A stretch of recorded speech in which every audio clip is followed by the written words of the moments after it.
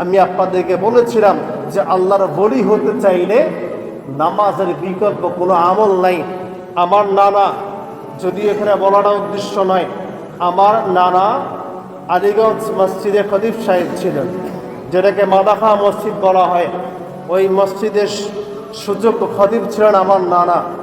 আমার নানা যখন দুনিয়ার জমিন থেকে চলে যান, ওনার একবারে কাছের যিনি ছিলেন ওই লোক একটা কথা বলেছেন যে আপনার নানাকে মানুষ এত বেশি সম্মান করার কারণ হচ্ছে, ইজ্জত করার কারণ হচ্ছে আপনার নানার খুব কম তাহাজ্জুদ মিস গিয়েছে।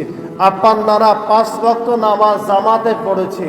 এছাড়াও সব সময় উনি নফল নামাজ আদায় করার চেষ্টা করতেন। বিদায় রাব্বুল আলামিন ওনাকে দুনিয়ার জমিনের মধ্যে মানুষ যারাই তাকে দেখত, যেই তাকে দেখত, দেখলেই তার অন্তরের মধ্যে অটোমেটিক্যালি ওই ব্যক্তির জন্য একটা ভালোবাসা তৈরি হয়ে যেত।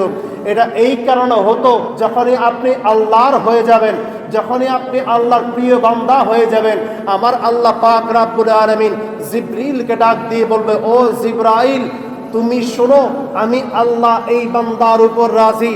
ও জিবরিল, দুনিয়ার জমিনে যত ফেরেশতা আছে, আসমানে যত ফেরেশতা আছে, সব ফেরেশতাকে ঘোষণা দিয়ে দাও যে জমিনের মধ্যে এমন একজন বান্দা আছে যে সব সময় আমি আল্লাহকে সিজদা করে, তাসবিহ পড়ে, আমার নবীর উপর দুরূদ পড়ে। আমি এই বান্দার উপর রাজি হয়ে গিয়েছি।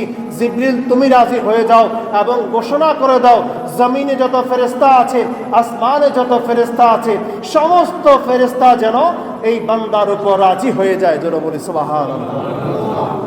আপনি যখন ইবাদত করতে থাকবেন, সিজদা করতে থাকবেন, রিয়াজত করতে থাকবেন, এগুলার মাধ্যমে আপনি আল্লাহর প্রিয় বান্দা হয়ে যাবেন। আর জমিনের সবাই আপনাকে দেখলেই অটোমেটিকলি তাদের অন্তরের মধ্যে একটা ভালো লাগা কাজ করবে, আপনার প্রতি তাদের একটা সম্মান কাজ করবে। কারণ আপনি যার গোলামি করেন তিনি যখন আপনার উপর রাজি, জমিনে ওনার যত গোলাম আছে সমস্ত গোলামও আপনার উপর রাজি হয়ে যায়। যেটা বলি সুবহানাল্লাহ।